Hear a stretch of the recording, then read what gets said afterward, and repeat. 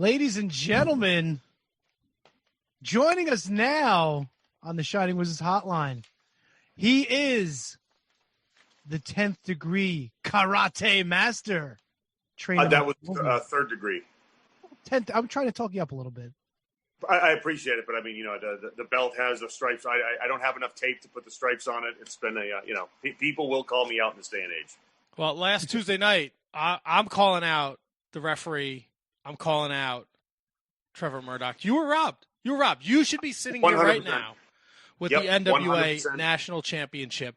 But shenanigans and, excuse my language, bullshit. I'm going to say that. Thank you for recognizing that. I appreciate that. I'm glad someone else has seen things the way that they happen. Ladies and gentlemen, Mr. Aron Stevens joining us. And I've been a huge fan of the NWA. I've been following this thing from the jump. NWA Power's been amazing. You've been amazing. The story with you and the question mark, this whole battle with Trevor Murdoch. It's just been unbelievable storytelling. Just let us know, what's it been like for you working for NWA Power? You enjoying yourself? You having a good time? It's all shenanigans and tomfoolery? Because you've been a huge part of that show, an enjoyable part of that show. Thank you. No, it's been really, really an amazing experience because I was, excuse me, I was, completely out of the wrestling business as of about a year ago, and no plans to return, no desire to return. Got a call from Billy Corgan and kind of explained to me what NWA Power was going to be. And I was, if it hadn't been anyone but Billy, I would have said no. But I said, okay, well, they already got me a plane ticket. So I hopped on a plane. And then when I saw the studio and I saw the setup, I was like, oh, okay, so we're going to do this right then. And I tell you what, from soup to nuts, everything about NWA Power, it was a very – I don't like the term magical because I think that's, a little bit I don't want to say excessive, but there was something very romantic about NWA Power. And our fans, I tell you what, I've wrestled pretty much everywhere there is to wrestle. And, they were so loyal and are still so loyal. But for an audience, I mean, when we're doing 4 tapings a night or whatever it is, for them to still bring that energy all the time in that room, and it is just absolutely amazing. And, the creative freedom I had, I had no idea, the first set of tapings, I think we filmed 6 or 8 shows or something like that. I'm not 100% sure, but I started out as, okay, I'm just going to come back and I'll do a promo and say how I've been, out in Hollywood and blah, blah, blah. And then, by the end of the tapings, I'm a karate guy. So that was about a year ago. So it was just really, really incredible. And again, to have the creative freedom from Billy and everybody, it really is amazing. And to be able to perform in front of the fans is incredible. And I tell you what, loved working with the question mark. This was an incredible surprise that Shining Wizards Matt sprung upon us, and I couldn't be happier. Let me ask you this: how long did it take for you to realize that, hey, I can do this every week again, or I could do this again after not necessarily losing your love of it, but just not wanting to do it anymore? How long did it take for you to realize that this is where I am again? It was strange because I hadn't really been in a ring or anything until I think it was about 2 months prior, because I went up to hang out with Santino Marella, who is one of my best buddies. And I was in Canada hanging out with him for about a month, and just kind of bumped around in his ring and taught a class or 2 in there, but nothing too major. And then, Billy made the call. I had to go to Hawaii to film a TV show for 3 weeks. And then I remember I came back from Hawaii, did my laundry, changed my clothes. I think I had a day and a half off, and then flew to Georgia and did it. And to me, there wasn't really that much time to prepare. But at the same time, to me, it's like riding a bike, right? I mean, okay, I know how to fall down. I hope to God I can still throw a punch and not kill anyone, and I can still drop a knee. And a lot of those were like the knee drops and all that stuff. my wind. I had no idea what my wind was going to be, and so I'm like, all right, let's go out and do this and see what happens. And I remember actually specifically, it was Colt Cabana, because I'd known Colt for years, and I completely respect Colt's opinion. Colt's a buddy of mine. Then someone that I know will give me an honest answer and not just a whatever. I was like, hey, how was that? He goes, dude, you didn't miss a beat. And I was, oh, okay, well, thanks, Colt. And then I just kind of from there was like, well, if we got to do this again, we'll just know how to tie my boots up, know how to put my trunks on, or in this case now a karate suit. So we just go from there. Outstanding. You mentioned the question mark, and I do have questions. But first, during the pandemic, Tropical Pirates, is the streaming through the roof? It was amazing. The royalty checks are just now starting to come in, and I'm completely just taken back with the popularity of it. I believe, in some parts of Romania, the film has actually won awards in film festivals. And, I think it's pretty much like a lot of Eastern Europe is where Tropical Pirates is mostly popular. So that's something I'm just very, very grateful for. We are also very grateful for it. It's a fantastic film. I enjoy it thoroughly. Thank you. Thank you very much. Thank you. You bring joy to my cold, soulless heart, according to our last guest. I try. So, Tony, you were going to ask a question to Mr. Stevens. I just wanted to know, I know you've got to be making money hand over fist. What's the exchange rate right now through the Eastern Bloc? Are you making a good, on the conversion, or, what kind of money? Well, see, the funny issue with that is one of the financiers from the movie, and this is how I hooked up with the question mark. See, the question mark was obviously in Monrovia, and had a very, very successful chain of strip mall karate schools that specifically taught Mongrovian karate. But there was a Mongrovian financier for the movie Tropical Pirates, so the question mark was brought on as a stunt coordinator and fight choreographer. So we kind of linked up then. I brought him to the NWA. But, your question was money, which is the exchange rate. Well, the Mongrovian currency, the Mongrovian questions, as they're called, we have the dollar, Japanese have the yen, they have the questions. We're still trying to figure that out. So it's still very much a question of, the exact exchange. But it's all being worked out. I'm not worried about it. I know everyone in Monrovia that I've dealt with on a business level has been nothing but stellar and on the up and up. So, is the economy in Monrovia doing okay during this whole time? I tell you what, during this whole time, the pandemic and everything, what's one part of the world you haven't heard anything about? Monrovia. Exactly. There has not been one reported case from Monrovia, and you can check that. You can use the internet, anything. There is not one reported case in Monrovia. And everyone's fine. I probably know why. They probably all wear masks in Monrovia. There you go. It's obvious, Matt. There you go. The question mark was doing this before it was even cool. So, Exactly. I mean, that's pretty much everything you have to know about Monrovia and the kind of people and the quality of people that come out of there. No, I have to bring it up because I do it every time we talk about the question mark. Don't you dare. Since you've been at the tapings, have you ever seen the question mark and Josephus in the same room? Yes. There you go, Matt. Right, Stop talking about it. Look, Yeah. I can assure you, I have seen both the question mark and Josephus in the same room. So yeah, and look, there's a lot of people out there, and I get it. With pro wrestling, there's a lot of speculation, but no, coming from someone who is on the inside, and I've shared a locker room with both the question mark and Josephus. Yes, I've seen them both in the same room.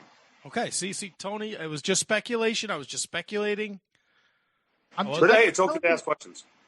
And he's like the next. If I'm not going to ask the question mark, I'm going to ask Aron Stevens, and now I know the truth, so I can put that to rest. We can put it to bed. Thank you. I'm glad I could help with that. Now, what we can't put to bed is this injustice from last Tuesday night. I mean, is Billy Corgan doing anything? Are the people at the UWN doing anything? What is going to happen here? Because I think Trevor Murdoch is a disgusting, out of shape. He's gross. Now. Okay. Well, and he's a cheater. I petitioned the NWA. I don't know what I'm going to do. I don't know if my in-ring days need to kind of just go away for a while. I mean, I feel robbed. It was an injustice, and action will be taken, and I'm not sure if that's going to be via a lawsuit or a rematch. I'm still trying to work that out right now, but look, it was the first title change on Primetime Live. We've been going for 3 weeks. We're getting ready to do week number 4 tomorrow. What do you guys think of the show? I love it. Aside from my being robbed. Well, I mean, in fairness, if you want to look at it just from a moment in time, I mean, Trevor did get a bit emotional. I mean, his emotion was probably misplaced because it was a robbery. But, I mean, I've rented the entire block of the first 4 episodes. The first one, as we know, had some technical glitches, but overall, the product's been really good. I've enjoyed every single episode. There's a lot of variety. I'm excited that Chris Dickinson's there, that he's finally getting a chance to shine. He's getting himself, on a big stage. Big time into the tag teams. A lot of those guys have been impressing me. We spoke to Danny Limelight just a couple of weeks ago. He continues to impress. So nothing but good things. It was good to see Allison Kay come back, throwing down the gauntlet for Thunder Rosa. Good to see her and Priscilla Kelly, their title match, they knocked it out of the park. Oh, absolutely. Yes. Insane how good that match Absolutely. is. Yep. So how is this product on the United Wrestling Network with this influx of new talent as opposed to the NWA where you saw for more or less the same people just about every other week or every week? How is that ingratiating itself in the new era of professional wrestling where we are today, giving these new talents a chance to work?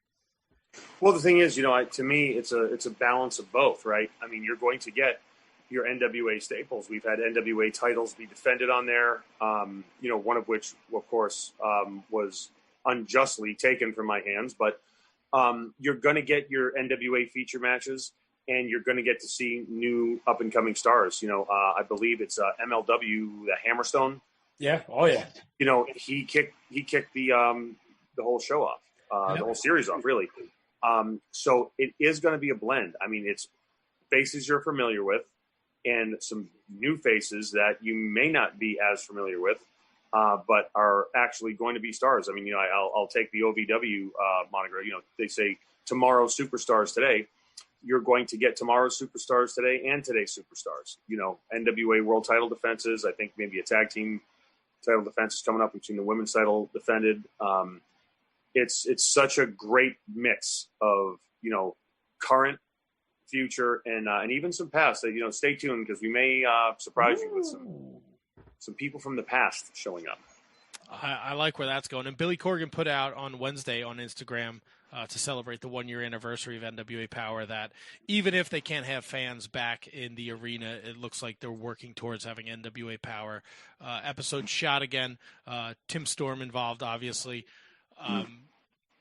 If you decide, I got the hard-hitting questions tonight. If you decide to go back, and I know you're a well-traveled veteran, no fans, would that affect you at all? Up until so the Primetime Live show, I was a bit concerned, shall we say, because I am the type of performer to where I can go out there and, we're going to do this. And then if the people are, I pretty much feed off of the people. I feed off of their reactions. I feed off of kind of the general vibe. And I dictate what I'm doing in the ring, whether it's live TV or otherwise, by them, because I'm a firm believer in the live audience is a microcosm of the greater audience. So excuse me, if they buy something or if they're kind of, going with whatever, the larger audience, the TV audience at home is as well. So I was very, very concerned going into that on Tuesday and didn't affect me as much as I thought it would, but I just don't know if I'm the type of performer that would just be better served for a live audience. I think I know myself and who I am and kind of have an idea of what the public kind of expects from me. So I think that's what we're trying to debate right now and kind of work out. Now, as much as you were screwed, Mm-hmm. maybe this opens an opportunity for you to go after Nick Aldis. You know what? Anything is possible. Anything is possible, so stay tuned. And I would like to see Aron Stevens in the question mark just collect gold, like tag titles, get that 10 pounds of gold. Yeah. Yeah, we could have, let's see, 10... We could have like 60 pounds of gold, right? You can't beat that. And what is that? Yeah. And in Monrovia, forget it. You guys would be kings. You'd be living like... Well, the gold exchange rate, it's just, it'd be ridiculous not to. I think we condense all the titles down to one title, which instead of a belt, we could have just a little medallion, like a medal, and then we take the remainder of the gold and, we put it in to the Mongrovian economy. Love it. Love it. A man of the people. Yeah. And I can't believe people cheer for Trevor Murdoch. It's upsetting. I'm very upset about this. It is. But again, it's 2020. That's the world we live in. And you mentioned a great point about every role that you've been in your wrestling career. You could just tell that you do play off the crowd, and it's incredible. And do you think the longer this goes on without crowds, how do you think wrestlers who might not be used to this will acclimate? Will it make them better? Will it make them worse? I think a lot of wrestlers, from what I've seen, and this is, I don't want this to come off as a scathing critique of wrestling today, but I don't think a lot of wrestlers really paid attention to the crowd when there was a crowd. They're worried about going out and hitting athletic moves, which is great. I mean, I'm not anti-flips at all. Right. However, I believe at its core, professional wrestling is storytelling, and a good story needs good characters and characters you can invest in. And, I judge a talent's worth by when they come out, when their music hits or they walk into an arena, what does the crowd do? And that, and I've seen, even from WWE, like there's not a lot of people that the crowd, and this is going from when, a few years ago, like really cares about. And that's sad. I think it's really, really sad. And I guess I kind of wanted to direct that question more to you personally. Like, the longer this goes on without an audience, will you feel just as comfortable as you do now, or that you've always been?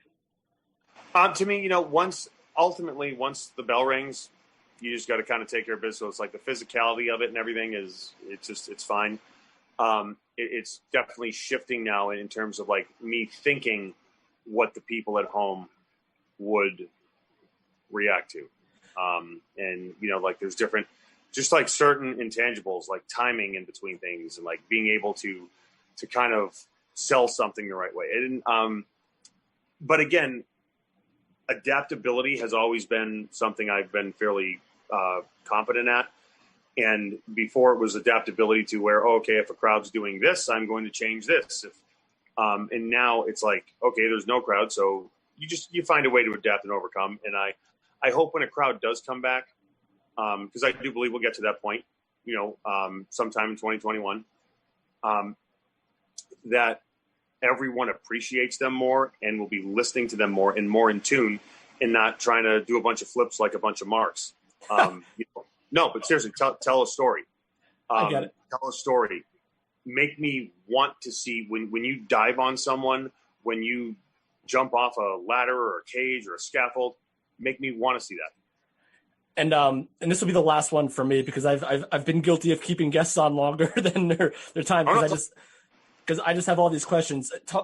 Speaking of telling a story, Stu Bennett, Wade Barrett re-signed with WWE. How big of a loss is that going to be for NWA? Because I enjoyed the heck out of his work, and anyone would be lucky to have a guy like him, I think. Can you speak to anything about what that might mean for the future of the commentary team at NWA in the future or anywhere else? Well, obviously Stu, Wade, huge asset to any company he works at. And that's in the ring, behind an announce desk or doing whatever. It was, again, definitely a loss for NWA, but I also think the NWA has shown very, very, very much the ability to be in tune with what the audience wants. And, Stu was a very suitable replacement for someone else who had been associated with the NWA for 30 years. And, I do believe that we will find an adequate, I don't believe you can replace people, but an adequate person to sit in Stu's seat. You mentioned marks before. I hear the biggest Aron Stevens mark is Chuck Norris. Is that true? Absolutely. Yeah. I mean, he took all those sayings about me and, turned it into sayings about himself. And now the guy's an internet sensation. But, hey. Unbelievable. Unbelievable. Yeah, it's all good. What a shame. Now, how many karate masters have you had to silence since you became a third degree? Oddly enough, not very many. Again, if I was just and here's the thing, like there have been a lot of people now, and because I was very much out of tune with pro wrestling, and now I try to be a little more because I'm actually doing the booking for Championship Wrestling from Hollywood, which is something that's if you haven't checked that out, check your local CW affiliate. If you do not have Championship in your area, go to the Fight TV app. And you can see the episodes on there. Let me know what you think. I've been doing it for about 5 weeks now, and talent there is amazing.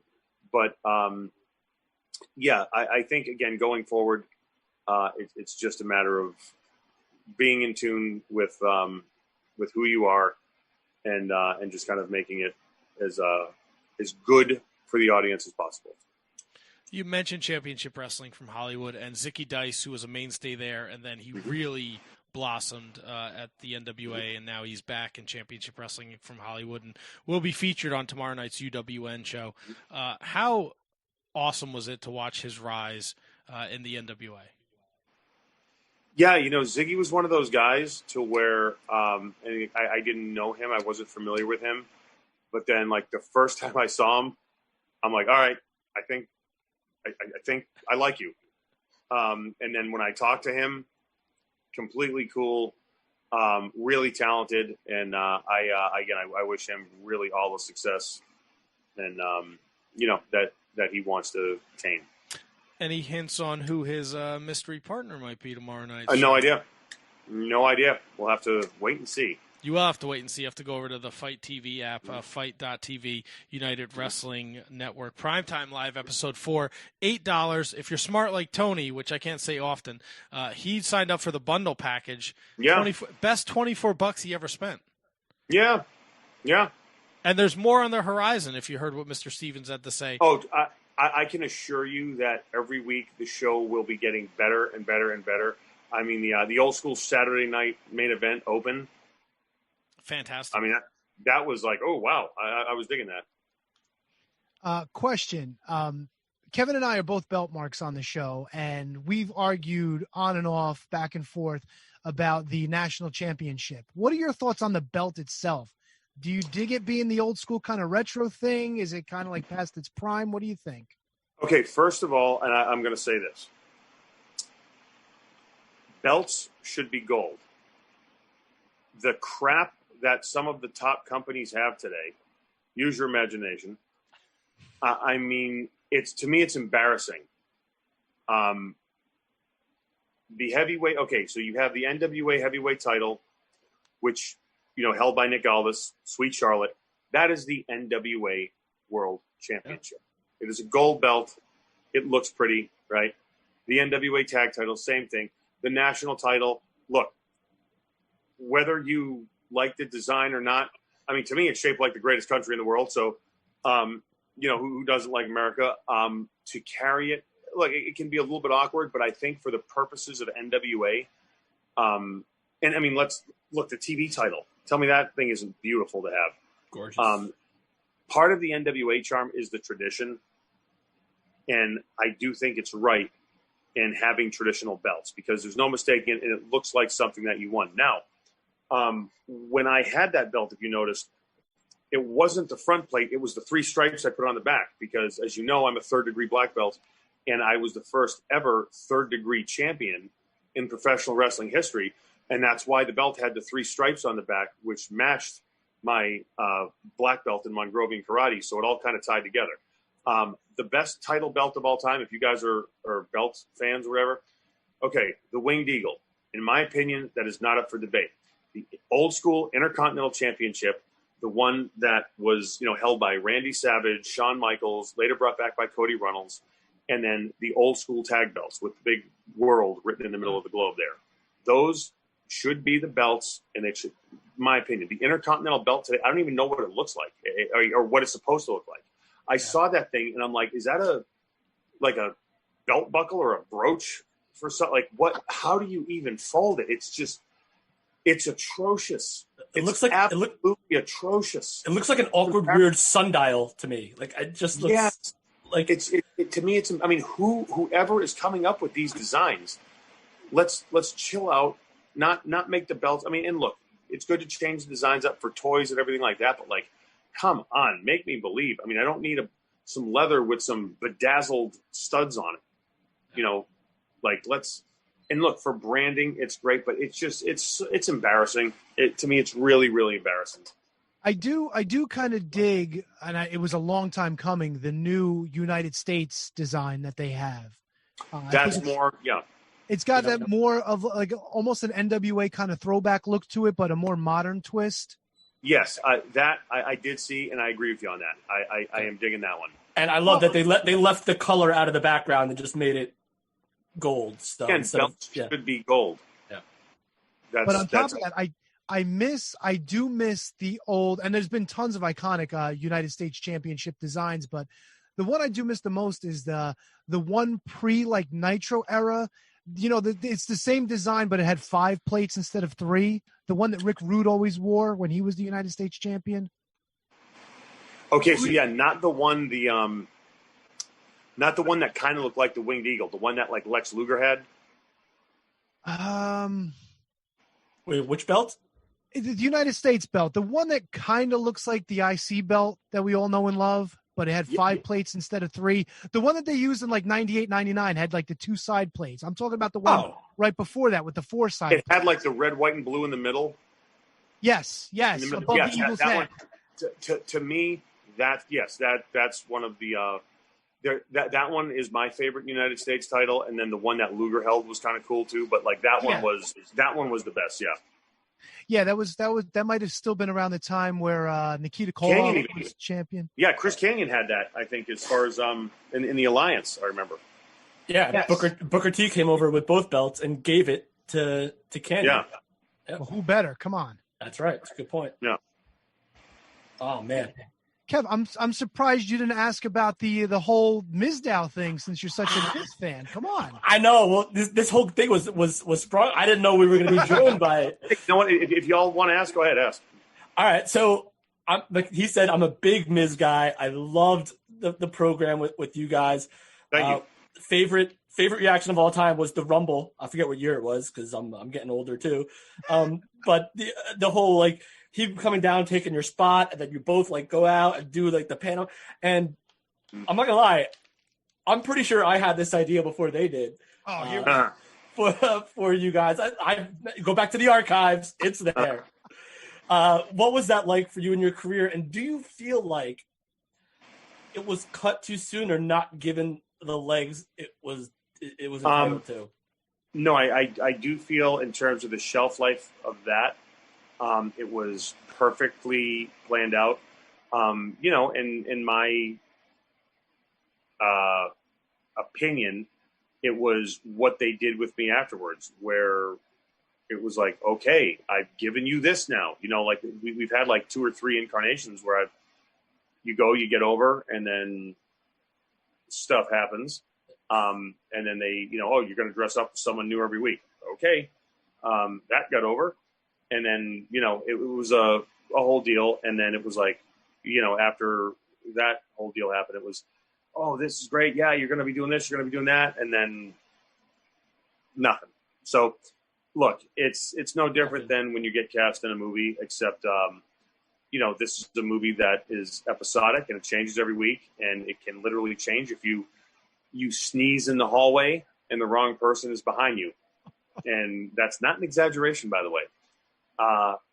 That your career can change. That didn't happen to me, but I know a case where something similar happened. And look, you can't stress out over it.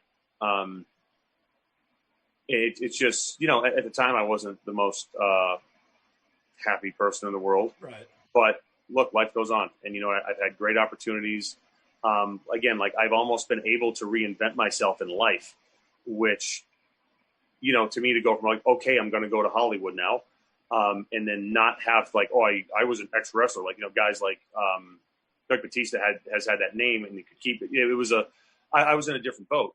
And so like I shaved my beard off, cut my hair and everything. And, started from the ground up, then did like 3 episodes of, Midnight Texas on NBC, did, Magnum PI, did some indie films with Jonathan Banks and stuff from Breaking Bad, and just kind of like working your way up from there, like got in the union on my own. I've been able to do that. And I think as a result, I've had a much richer life experience. And, had I kind of just couch out and done, played the game, so to speak, I'm sure I'd have, more zeros in my bank account. But, number one, I'm not starving. Number two, again, like the totality of my life experiences, it's really been insane. And even like talking to other people in the business and stuff, like people I have met, people I meet, people that are currently in my life that are just, I don't want to say bizarre, but, I don't want to write a book someday because number one, I would want to be truthful and not want to really like invade other people's privacy. But I have so many good stories, and it's funny because at this stage of the game, I honestly don't know what's next. Like I was called in for an audition right before COVID hit for a pretty big project to where I was like, oh, okay.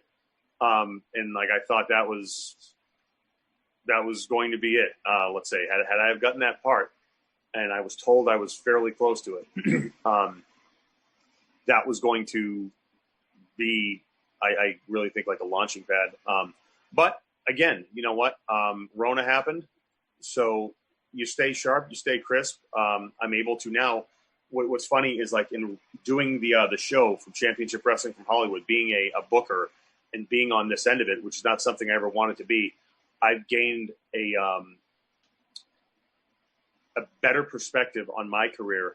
And, when I saw things from a wrestler standpoint, maybe I should have saw things from an office standpoint. I should have reacted differently. I could have. And I mean, my whole deal is I'm a pretty easygoing guy. Like, give me nothing. I'll make something out of it. I'll get over. And then I'll prove myself to you. And we go from there. Well, look, WWE doesn't work like that.